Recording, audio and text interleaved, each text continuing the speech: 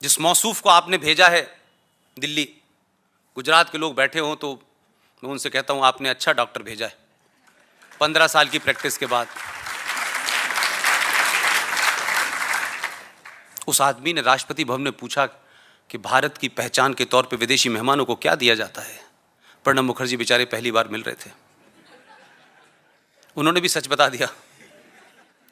सिर्फ एक घटना मात्र है छोटी सी, ये कोई बहुत बड़ा मसला नहीं है, लेकिन आप जिन बातों को इग्नोर कर रहे हैं वो कितनी महत्वपूर्ण होती हैं।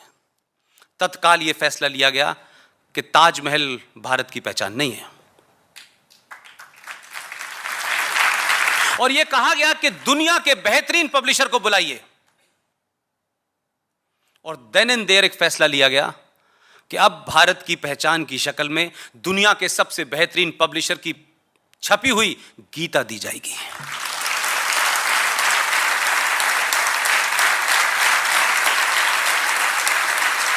तो क्या आपको लगता है कि बालाकोट जब हुआ तो कोई बोला नहीं? आपको गीता पढ़ने का शौक नहीं है? जो ले जाते हैं वो पढ़ते हैं। उन देशों ने 70 देशों के पास उनके राष्ट्रीय अध्यक्षों के घरों में वो गीता रखी हुई है और वो जबान से पढ़ते हैं। उन्होंने पढ़ ली, उसके पढ़ने के बाद उन्होंने कहा बालाकोट पे कुछ नहीं बोलना है, जो कर रहा है ठीक कर रहा है। एक छोटी सी बात का फर्क कैसे साइकोलॉजी पे पड़ता है। हम बैठे हुए यहां सोच रहे हैं कि साहब इस वजह से और उस वजह से किसी को कोका कोला यहां बेचनी है, किसी को नहीं, सब बेकार की बकवास है।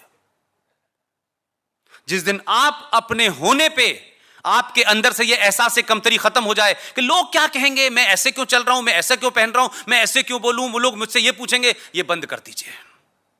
आप जो हैं वही रहिए, शर्माइए मत, ना अपने लिबास पे ना तिलक लगाने पे। अगर लगाते हैं तो लगाइए, किसको अच्छा लगेगा किसको बुरा लगेगा छोड़ दीजिए भाई। अपने मन की बात कहिए भाई, वो तो अपने मन की बात कह रहा है, आप तो अपने मन की बात कहिए। आप 5 साल में एक ही बार कहेंगे क्या? डेली कहिए, रोज कहिए, और इतनी जोर जोर से कहिए। इसका मुझे जाती तौर पे पर्सनली इसका मुझे एक्सपीरियंस यह है। ललित भाई बैठे हुए हैं, यह जिक्र मैं ललित भाई का इसलिए कर रहा हूं कि जो लोग बड़ी लड़ाई लड़ते हैं उनकी निजी जीवन में बड़ी तकलीफें होती हैं।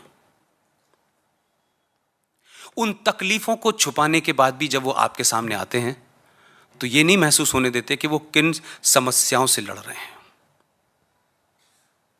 ललित भाई भी उनमें से एक हैं। कैसी कैसी हार्डशिप फेस करनी पड़ रही है, कुछ व्यवस्था के कारण, कुछ स्ट्रगल के कारण, कुछ जो हुआ है उसके कारण। आप बताएं कि आर्टिकल 35A देश के लोगों को रोकता है कि आप वहां जाके नौकरी नहीं कर सकते। हमने यहां भी मान ली आपकी बात, यह बात भी हमने कुछ देर के लिए मान ली आपकी कि आप एक खास किस्म की कौम है, अल्लाह ने विशेष तौर पे आपको बनाया है। लेकिन झूठ और बक्कारी और मेरा गुस्सा इसलिए है, उसी जम्मू कश्मीर में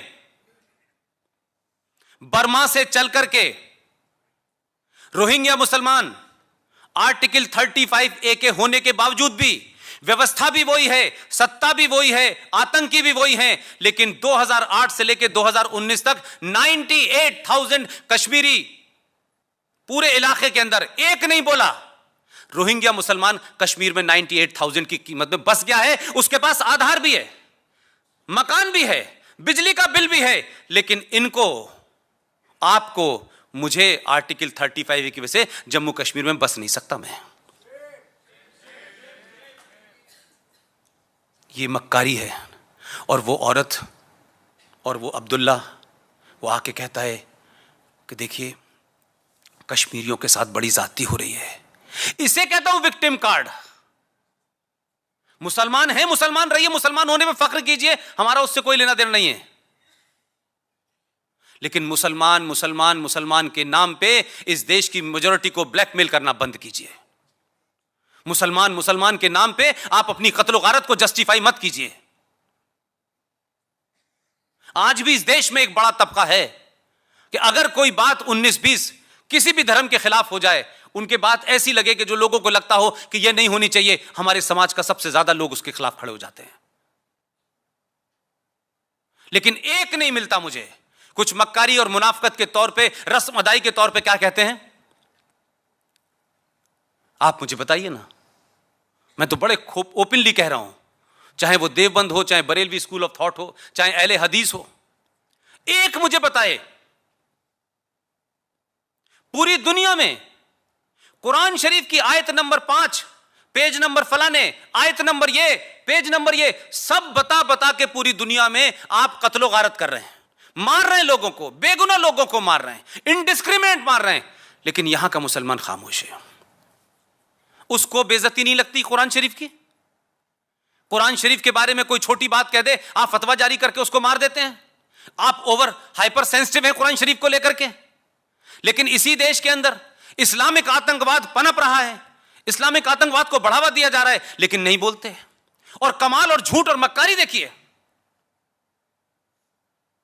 कि जो शख्स जिंदा है, आतंकवाद कर रहा है, वो किताब का भी हवाला दे रहा है, अल्लाह मियां का भी नाम ले रहा है, नारे तकबीर भी कह रहा है, तब तक ये कहते हैं कि ये अच्छे लोग नहीं हैं, नहीं इन पे ध्यान मत दीजिए, ये बुरे लोग हैं, ये मुसलमान नहीं है।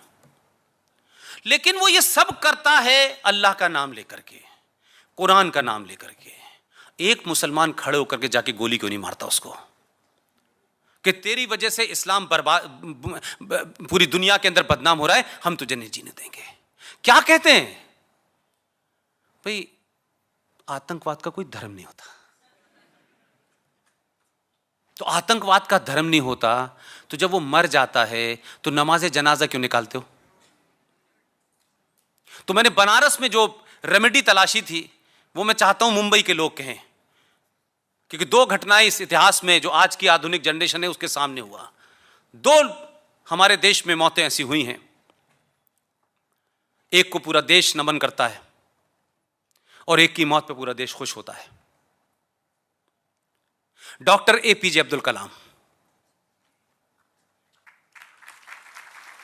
किसी ने उनका नाम पूछा? लेकिन यह दुर्भाग्य है इस अल्पसंख्यक शब्द का कि एपीजे अब्दुल कलाम के जनाजे में 50 मुसलमान नहीं थे। 50 मुसलमान नहीं थे, लेकिन याकूब मेनन के जनाजे में 5 लाख मुसलमान थे। आप ही के शहर की बात है। इससे आपकी जहनियत का पता चलता है। ऐसा नहीं है कि इस देश में मुसलमान ने कुछ किया हो तो उसको सर पे ना बैठाया गया हो,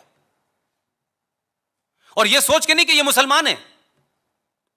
लेकिन आप मुसलमान के अंदर भी वो मुसलमान चाहते हैं जो उसामा बिन लादेन से मिलता जुलता हो, जो दाऊद इब्राहिम से मिलता जुलता हो। तो आपका एजेंडा हो सकता है, इस देश का कभी ऐसा एजेंडा नहीं रहा। आप बिस्मिल्लाह खां को नहीं मानते क्योंकि सुबह सुबह वो पूजा करने जाते थे। तो आप कौन से इस्लाम की बात कर रहे हैं? आप क्या उस इस्लाम की बात कर रहे हैं जिन्होंने मोहम्मद साहब के दामाद को मारा था, नवाजे को मारा था? आज पूरी दुनिया के अंदर जो आतंकवाद फैला रहे हैं, मुसलमानों में वही सेक्ट है जो सबसे ज्यादा ये कर रहा है। लेकिन हिंदुस्तान इस आतंकवाद से सरकार लड़े न लड़े, लेकिन देश तैयार हो गया है।